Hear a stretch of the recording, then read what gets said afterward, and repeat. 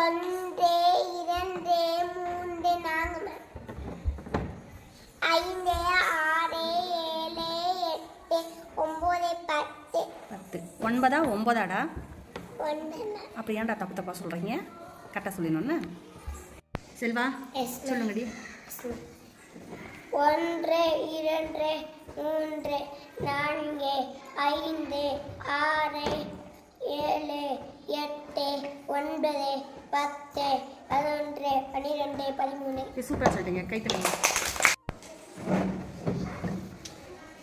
1 2 3 4 5 6 7 8 9 10 11 12 13 14 15 ma'am. சூப்பர்டா, clap பண்ணுங்க.